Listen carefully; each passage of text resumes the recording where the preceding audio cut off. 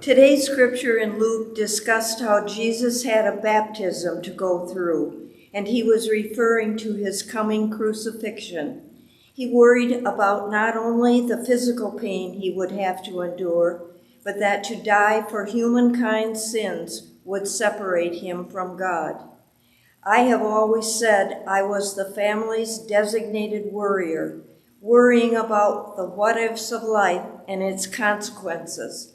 This way of thinking, in my mind's eye, lifted burdens from others. Bad things wouldn't happen if I was going to swoop in and save them, so to speak. Then my beloved cousin Gary drowned. My father died of cancer. My wonderful mom died as a result of ALS, which is Lou Gehrig's disease. Alzheimer's dementia affected several family members, while many other tragedies affected family and friends. Mom, toward the end, said what many of us have found ourselves saying: "Why is God letting this happen to me?" Rabbi Harold Kushner said in his writings, God's promise was never that life would be fair. His promise was that we would not have to face pain and unfairness alone, that fear need not consume us because God is always with us. In 2010, I was diagnosed with a blood cancer called multiple myeloma, which today is considered treatable, but as of yet is still incurable. I adopted the Serenity Prayer as a motto. The first paragraph says, "God grant me the serenity to accept the things I cannot change, courage to change the things I can, and the wisdom to know the difference." Over the last 12 and a half years, I have undergone many therapies, including a stem cell transplant, which put me in remission for almost 7 years. During those years, I have prayed and hoped for a cure.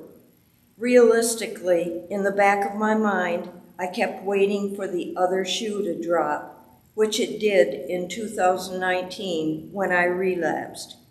It's a hard road to walk and tests my faith.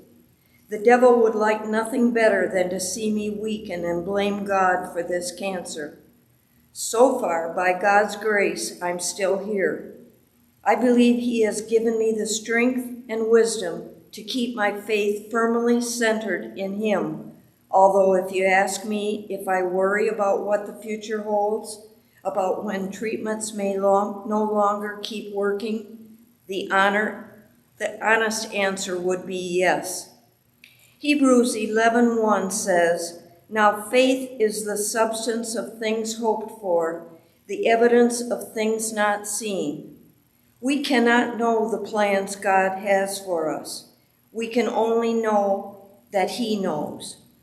Whenever I find myself needing a stronger arm to bolster me, I do not place my faith in things or other persons which I can see and touch, but only in Him, the heavenly, unfailing One.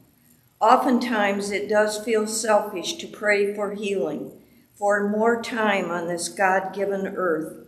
And I confess it's been hard for me as a person who likes to be in charge, in control, to give myself over to another.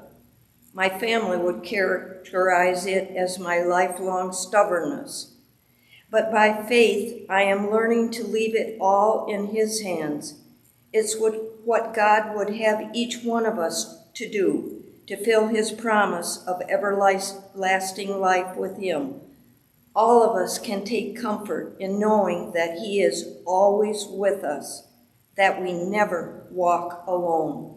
Thanks be to God.